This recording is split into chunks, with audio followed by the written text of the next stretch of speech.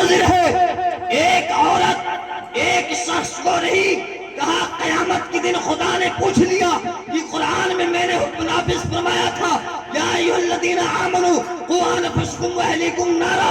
اے ایمان والوں کو جہنم سے بچاؤ, اپنے اہل و عیال کو جہنم سے بچاؤ. تو مجھ سے سوال نہیں کیا جائے گا, اس لیے میں نے پردے میں رہنے کا حکم دیا ہے, ہر طرح سے آسائش و جبائش کا انتظام کیا ہے. اب اگر اپنی مرضی سے پردے سے باہر جاؤ گی تو گرفت تمہاری ہوگی, گرفت تمہارے باپ کی ہوگی, گرفت تمہارے بیٹے کی ہوگی. یاد رکھو تم تنہا جہنم میں نہیں جاؤ گی, تمہارے ساتھ تمہارا باپ بھی جائے گا, تمہارے ساتھ تمہارا بھائی بھی جائے گا, تمہارے ساتھ تمہارا بیٹا بھی جائے گا. میں نے حدیث کا حوالہ کہا اکیلے نہیں جاؤ گے, کیونکہ بھائی بھی دیکھتا ہے اگر بہن بے پردہ نکلتی ہے بہن سے بھی پوچھا جائے گا, ہر پر ذمہ دار ہے. باپ موجود ہے تو باپ سے پوچھا جائے گا, بھائی موجود ہے تو بھائی سے پوچھا جائے گا. اس لیے ایک عورت, آقا کریم نے فرمایا 4 شخص کو جہنم میں لے آئے گی, اپنے شوہر کو بھی, اپنے بیٹے کو بھی, پھر اس کے بعد اپنے بھائی کو بھی, اپنے باپ کو بھی. یہ چاروں کی ذمہ داریاں بنتی ہیں, اور اگر یہ چاروں ذمہ دار ہو جائیں تو قسم خدا کی کیا کوئی خاتون گھر سے بلا شوہر کی اجازت کے یا بے پردہ کوئی خاتون باہر نہیں کر سکتی؟ نہیں نہیں سکتی. کہتے ہیں مجبوری ہے. مجبوری ہے. کس چیز کی مجبوری ہے؟ کس چیز کی مجبوری ہے؟ دیکھیں آقا کریم تاجدار مدینہ صلی اللہ علیہ وسلم نے ارشاد فرمایا ہے, حضرت عبداللہ ابن مسعود کی روایت ہے کہ عورت جب گھر سے نکلتی ہے شیطان کی شکل و صورت میں آتی ہے اور غیر محرم مرد اس پر نظر ڈالتے ہیں. کہا شیطان کی شکل و صورت میں آتی ہے, شیطان کی شکل و صورت میں آتی ہے. جو عورت پردے میں رہتی ہیں, ہماری مائیں ہیں جو متقیہ پرہیزگار طیبہ طاہرہ تھی, پردے میں تھیں, اور ان کے آگوش میں پلنے والے بچے زمانے کا قطب بن گئے, زمانے کا اوتاد بن گئے, زمانے کا ابدال بن گئے.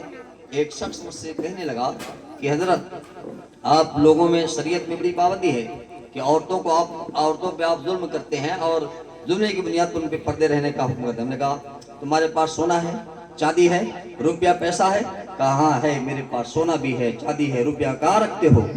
کہا پیسہ اپنے جیب میں رکھنے کی چیز نہیں ہے, کہا بینک بیلنس میں رکھتا ہوں کہیں چوری نہ ہو جائے.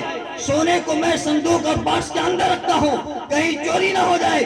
کہا سن, ہمارے معاشرے میں شریعت اسلام نے زیور اور سونے اور چاندی, روپے اور پیسے کو اتنی اہمیت نہیں دیا ہے جتنا عورتوں کے عزت و وقار کی اہمیت دیا ہے. سونا گم ہو جائے پھر سے پناہ لیا جائے گا, روپیہ چوری ہو جائے پھر سے اللہ دولت عطا فرما دے گا, مگر جس خاتون کی عزت و وقار رک جائے صبح قیامت تک اس کی عزت نہیں واپس آ سکتی ہے. اس لیے ہم اسے پردے میں رہنے کا حکم دیتے ہیں کہ خاتون ہمارے معاشرے کی عورتیں, اسلام کی عورتیں ہمیشہ پردے میں رہے. جب ان کا حسن جو ہے, ان کی عزت و وقار حفاظت رہے گی تو پھر ہم روپیہ پیسہ, سونے چاندی زیورات آسانی سے بنا لیں گے. لیکن جب ہماری ماں اور بہنوں کی عزتیں مجروح ہوں گی, ان کی عزتیں لٹ جائیں گی, تو یاد رکھو پھر وہ عزت واپس نہیں آئے گی. اس لیے قرآن میں اللہ تعالیٰ نے اپنی بندیوں کو پردے میں رہنے کا حکم دیا ہے. اور سنو, شریعت میں مرد نان و نفقہ کا ذمہ دار ہوتا ہے, عورتیں نان و نفقہ کا ذمہ دار ہوتی ہے. اس لیے عورت کو لازم جب شادی ہو جائے تو انہیں ضرورت ہی نہیں بارت, مرد ذمہ دار ہوتا ہے کہ ان کا نان و نفقہ, کپڑا, رہائش کا انتظام اور دیگر چیزوں, ساری چیزوں کا انتظام کیا کرے گا؟ شوہر کرے گا. دیکھیے جس طرح سے ایک عورت کو پردے میں رہنا ضروری ہے, اسی طرح مردوں پر بھی پردہ لازم ہے, مردوں پر بھی پردہ لازم ہے. دیکھیں حضرت ام سلمہ فرماتی ہیں کہ میں اور حضرت میمونہ دونوں حضور کی خدمت میں تھی. ابن ام مکتوم صاحب رسول جو نابینا تھے سامنے سے آتے ہوئے نظر آئے. میرے آقا نے ارشاد فرمایا اے ام سلمہ پردہ کر لو. اتنا کہنا تھا, ام سلمہ کیا عرض کرتی, یا رسول اللہ وہ نابینا ہے. غور کریے گا کہ نابینا صاحب رسول سامنے سے آئے, کہا اے ام سلمہ پردہ کر لو. ام سلمہ عرض کرنے لگی حضور وہ نابینا ہے. میرے آقا نے ارشاد فرمایا اے ام سلمہ اگر صحابی رسول نابینا ہے تو کیا تم بھی نابینا ہو؟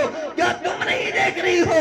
اس حدیث پاک سے پتہ چلا جس طرح ایک مرد سے عورت کو دیکھنا حرام ہے, ایسے ایک عورت کو ایک مرد کا دیکھنا حرام ہے. دونوں پر پردہ ضروری ہے. بتائیے کون اس کو فالو کر پائے گا؟ اتنی دشواریاں ہیں. اچھا, ایک صحابیہ نبی کی بارگاہ میں پہنچے, عرض کیا رسول اللہ دیور کے لیے کیا مسئلہ ہے؟ آج تو دیور کا مسئلہ ایسا ہو گیا ہے کہ اگر بھیا نہیں ہے تو بھابھی کو لے کر کے اٹھنا ہے مارکیٹ طرف. بھائی